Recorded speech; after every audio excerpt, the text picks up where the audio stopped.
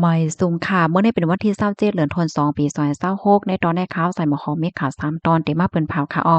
ตอนที่1ของเสียซึ่งมานข่าวทาดโครงการเฮ็ดออกยาเมากำที่1ที่เมืองใต้พอดออกโค้งข่าวแทงตอนหนึ่งซึกว่าค่ะติ่งยอบก้นเกี่ยวของยาเมากำเอาร่างก้นและร่างยาเมากำนั่นมอบอาปันของเสียซึกมานเนี่ยเพราะว่าข่าว2ตอนในเนี่ยพี่น้องค่ะมาเจอก็ได้ว่าเฮาสำบ่เลยรับถ่อมกว่าเหย้าเนี่ยเกี่ยวกับเวลองในอันเป็นผู้ฮู้ข่าวคารูปเปิ้นทำท่าฐานจังหือพองในได้ย้อนมาป้ายในพันพี่น้องค่ะกว่าเนี่ยค่ะออนตั้งเปิ้นได้แต่ก็เฮาคำว่าถ่อมด้วยข่าวโคในออนตั้งค่ะมีข่าวงาออกมาว่าตั้งฝ่ายของเสียซึ่งมันเขานั้นเข้าท่าโครงการอันเฮ็ดออกยาเมากำตีเมืองกกเจดอนเมืองสัตว์ยึดไล่สารเคมีเคิงใจโคตื้อเฮ็ดออกยาเมากำเจ้าไหนตั้งนำตั้งหลายเนี่ยค่ะโครงการอันเฮ็ดออกยาเมากำอันในค่ะก็เฮ็ดเป็นหลังไว้เจ้าหนังเฮาหันตีในแคบหางในเหย้าในมีไว้อยู่ที่ในป่าลึกปื้นตีวานหลงเมืองกกเจดอนเมืองสาดว่าไหนลงได้ก็เป็นกว่าเมื่อวันที่24เดือนธันวาคมที่2ปี2026ที่ผ่านมานั่นฝ่ายของสิซึ่งมันเขาในก็ได้ส่งโพลงเหรียญเขาโกดทัดเคิงใจโคตื้อและยาเมากำเจ้าในตั้งเสียงตั้งมัวเทียงกำเนึงเหี่ยวก็ห่างแฮ้นติเดหาก้นอันเกี่ยวคองตั้งโครงการเฮ็ดออกยาเมากำในมาตองถามเสียก็ขับเคิงปันตัวต่ำกว่าจอมหนังคักตอนที่มีไว้นั่นในเลอเซนั่นก็ไล่ฮู้ว่าเคิงโคที่อันยึดไล่ไว้เจ้านั้นก็ได้เฮ็ดให้กว่าจอมคักจอมตอนสืบกว่าในค่ะข้อมูลตอนในคาลิปีมาที่ห้องการข่าวแม่สายเพรสต่างไว้ค่ะกำในเฮาค่ะมาถ่อมด้วยเทียงตอนหนึ่งค่ะตับซึกว่าเอายาเมากำไรดังก้น2ก้ออันเกี่ยวข้องตั้งยาเมากำนั่นอาปันตีของเสซึกมานเขาเมื่อวันที่26เดือนธันวาคมที่2ปี2026ในมีข่าวง่าวออกมาว่าตั้งฝ่ายตับซึกว่า171ค่ะเอาตั้งยาผ่องขาวยาเมากำในหนอดและดังก้น2ก้อมอบอาปันตีของเสซึกมานเขากว่าที่เมืองศาสตร์ในค่ะลงในได้ก่อนเลยฮู้ว่าเป็นกว่ามือขิงข้าวยามกลางวันเตงวันที่15เดือนธันวาคมที่2ปี2026ดีป่นมาในเนี่ยค่ะตั้งฝ่ายตับซึกว่าในไลติ่งยับก้มโตโพจ่าย2ก่อตั้งรถเคิง2ลำค่ะเหลือเสนั้นก็ยึดไลป้าอันเป็นยาเมากำตีเมืองโตนใจตอนเมืองศาสตร์เมืองใต้ปอดออกโค้งเนี่ยค่ะเพราะว่าไลต้องไลถามเสียก็ไลโหเทียงค่ะเนาะอันปื้นตีอันเกี่ยวข้องตั้งยาเมากำเฮ็ดจังไหนเฮแลตั้งฝ่ายตับซึกว่าเขาเนี่ยก็และกับสารตั้งขอสิซึกมานเขาสิไลเข้ากว่ากดถ้าเสียก็ยึดไลเทียงกา1ลำและด้างยาผ่องขาวน้ำหนักใน494กิโลตีหิมห้อมหมู่วานคุ้งขุ่นในลองนั่นได้ก็เป็นกว่าเมื่อกินข้าวย่ามกลางคืน11โมงไป30มินิในวันเหลียวกันนั่นยาวในค่ะเคิงใจโคตื้อยาเมากำตั้งเสียงตะหมดอันยึดไหลโฮมป้าเทียงก้นอันเกี่ยวข้องอันตับซึกว่าเขาก้มกำไรนั่นค่ะเลยส่งมอบอาปันตั้งของสีซึกมานเขากว่าว่าเฮ็ดจังไหนค่ะไล่ฮู้ว่าอันเอายาเมากำและร่างก้นอันเกี่ยวข้องส่งมอบยืนปันได้ปอกำในเป็นปอกำที่เศร้าหายาวว่าเฮ็ดจังไหนค่ะแต่เลยว่าเป็นรองโฮมมือกันกวดทัดกวาดล่างก้นอันเกี่ยวข้องตั้งยาเมากำว่าจังไหนยาวค่ะข้อมูลตอนในคาลิปีมาที่ห้องการข่าวแม่สายแพร่ออกไว้ในกำในซ้ำในเตย้อนอ่อนเอาพี่น้องเฮาค่ะมาถ่วมด้วยเกี่ยวกับเลยลองอันผู้ฮู้เขาค่ะดอกป้ายแหนเงาลายอันเป็นว่าอยู่ที่ในเมืองโฮมตุ่มพ่องย่ามาแล้วในเนี่ยค่ะข้อที่1ค่ะจังหนังที่เฮาค่ะฮู้กันค่ะเนาะเมืองโฮมตุ่มในจัดเฮ็ดปังเลือกตั้งกว่ามื้อเดือนธันวาคมที่12และเดือนธันวาคมที่1ที่ป่นมานั่นสิก็ได้เลยว่าเย้าตัวหลีงามกว่าค่ะปาร์ตี้อันอองเป้ปางเลือกตั้งเสียก็ไล่เสียงนำที่สุดก็จังหนังที่ฮู้กันค่ะเนาะเป็นปาร์ตี้สังสี USDP นะคะเฮแลแทงอำเฮิงอำนาจสังในนะคะก็ได้มีมาลงปองจึงค่ะเนาะเพิ่นก็ได้ขอดพอดลงปองจึงสิได้ปั่นการกว่าเหย้านะคะป้องว่าเมืองโฮมตุ่มนี่ก็เป็นเมืองที่อันมีหลวงปองจึงอันลูกมาติปางเลือกตั้งอันว่านั้นเหย้าเนี่ยค่ะข้อที่2เนี่ยค่ะเนาะ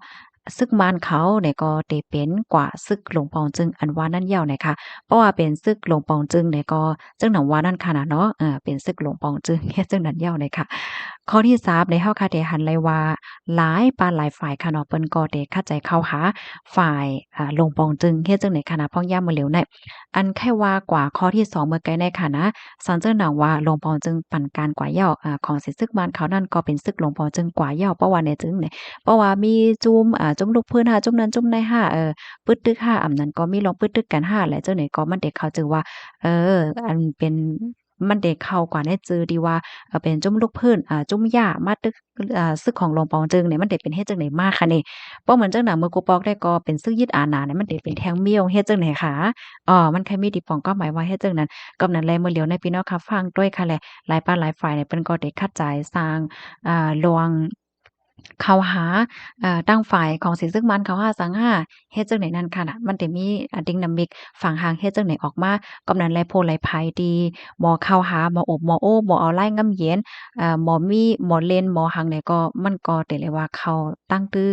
มันได้ตื้อสังทกกว่าว่าหังว่าเฮ็ดจั่งใดสอนเจ้าหนังว่ายังตึกใจลายหาวลายแก้มลายตึกไอ้ตึกไอ้ตึกไอ้เนี่ยก็สังทกก็มันก็น่าหนาเฮก็หนากดเมืองป้าจังได๋ ย้อนก็เปิ้นว่าเพราะว่าเป็นศึกหลวงปอจึงกว่าเย้าไหนเพราะว่าศึกต่างตีต่างๆมายื้อมาตึกไหนก็มันได้เป็น negative กว่ามันจังเป็นฝ่าย negative กว่าจึงนั้นในค่ะว่าเปิ้นได้ก็ไปแหน่จึงนายเนี่ยค่ะเมื่อเร็วในเฮาข่าวก็ได้หันค่ะเนาะหลายปานหลายฝ่ายเนี่ยเปิ้นก็เข้าหาฝ่ายอันเป็นว่าหลวงปองจึงหลวงปองจึงเฮ็ดจังได๋มาพี่น้องค่ะจ่องฟังหันแม่นตัวอย่างมันเหมือนจังหนังแข่แลจังได๋ค่ะเนาะเพราะว่าเขาโอบตั้งฝ่ายของสิซึ่งมันเขาไล่เมื่อเหลียวของสิซึ่งมันเขาเนี่ยก็ จัดให้ปังเลือกดังเยาวโดเลียงงามกว่าเยาวในก็เตเตอร์หันว่าฝ่ายแขก็เข้ามาติดต่อกับสืบและเข้าจู้ฝ่ายหลวงปอจึงในตื้อนำมาเฮ็ดเนี่ยเนาะกำในมาแทงข้อที่สี่ค่ะนอกวันนอกเมืองว่าสังว่าเฮ็ดจังได๋ก็เหมือนกันเยาวเฮ็ดไหนนั่นค่ะน่ะเนาะหลายปานหลายฝ่ายป้อเปิ้นได้เฮ็ดได้สร้างสังก็เปิ้นก็เตเตอร์เข้าหาฝ่ายหลวงปอจึงว่าสังว่าเฮ็ดจังได๋ตื้อนำมาเนี่ยค่ะในก็เป็นเงาลายลองเป็นไปแหลกลายเมื่อปีกายที่พ้นมาแลปีในๆมันทำเงาลายเป็นหือกว่าเนี่ยค่ะแต่ก็ป้อดอนตอนหนึงค่ะดอกมาป้ายในปันพี่น้องเฮาเด้อค่ะนะลูกดีข่าวง่าโหนได้เสิแล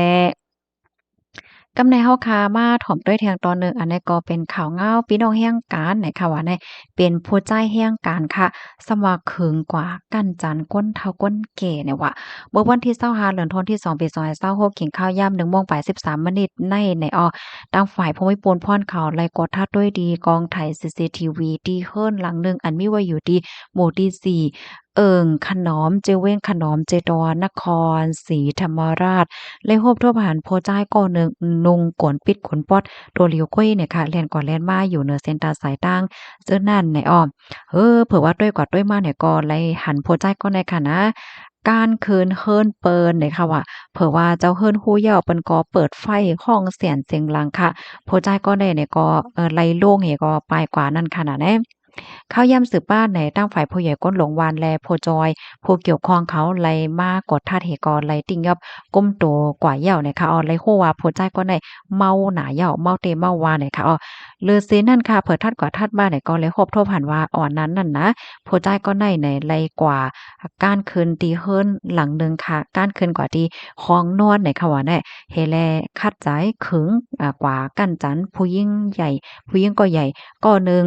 ก้อยกะว่าอันเป็นผู้ยิ่งก็นั่นเนี่ยเปิ้นก็คู่คึดด้านเหเปิ้นก็ไล่ข้องเสียงเสียงหลัง ย้อนดังจอยเถียมสิผู้ใจก็ได้ก็คลิปแนดปลายออกเฮิรนหลังนั้นมาในอ้อมไหลฮู้ว่าก้นใจก็ได้เป็นแห่งการก้นเมืองขมตุมเมียมาจื้อห้องว่านายตะวันว่าอายุเลย39ปีเนี่ยค่ะ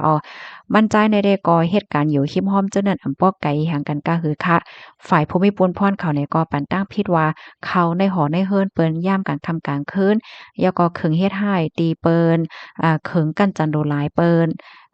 เฮ็ดไหนนั่นน่ะนะก็ติเลยว่ายากกว่าโยหลายอะโมคดีจังได๋ค่ะข้อมูลตอนในค่ะเลยเป็นมาที่ห้องการข่าวไทยรัฐออกไว้น่ะค่ะแค่ย้อนปันฟังถึงพี่น้องแห่งการเฮาค่ะเนาะเพราะว่าเฮาคาข่าวกว่าที่ในวางเฮิรนเปิ้นในแวงเปิ้นอำไลขว้างเนี่ยจึงมันจังยากตัวตามที่ว่าบุกรุกในค่ะว่ากำไทยเขาฮ้องว่านะบุกรุกเนี่ยก็หมายถึงว่าเฮาคักเข้ากว่าที่เฮิรนเปิ้นอำไลขว้างเนี่ยค่ะเนาะเปิ้นจังตึงรัฐภูมิพลพรเขาสิแลเอาตั้งพี่เท่ากันไลเนี่ยค่ะยินจมกุกก็ที่รับถอมปันแห้งค่ะดอกไม้ทรงค่ะ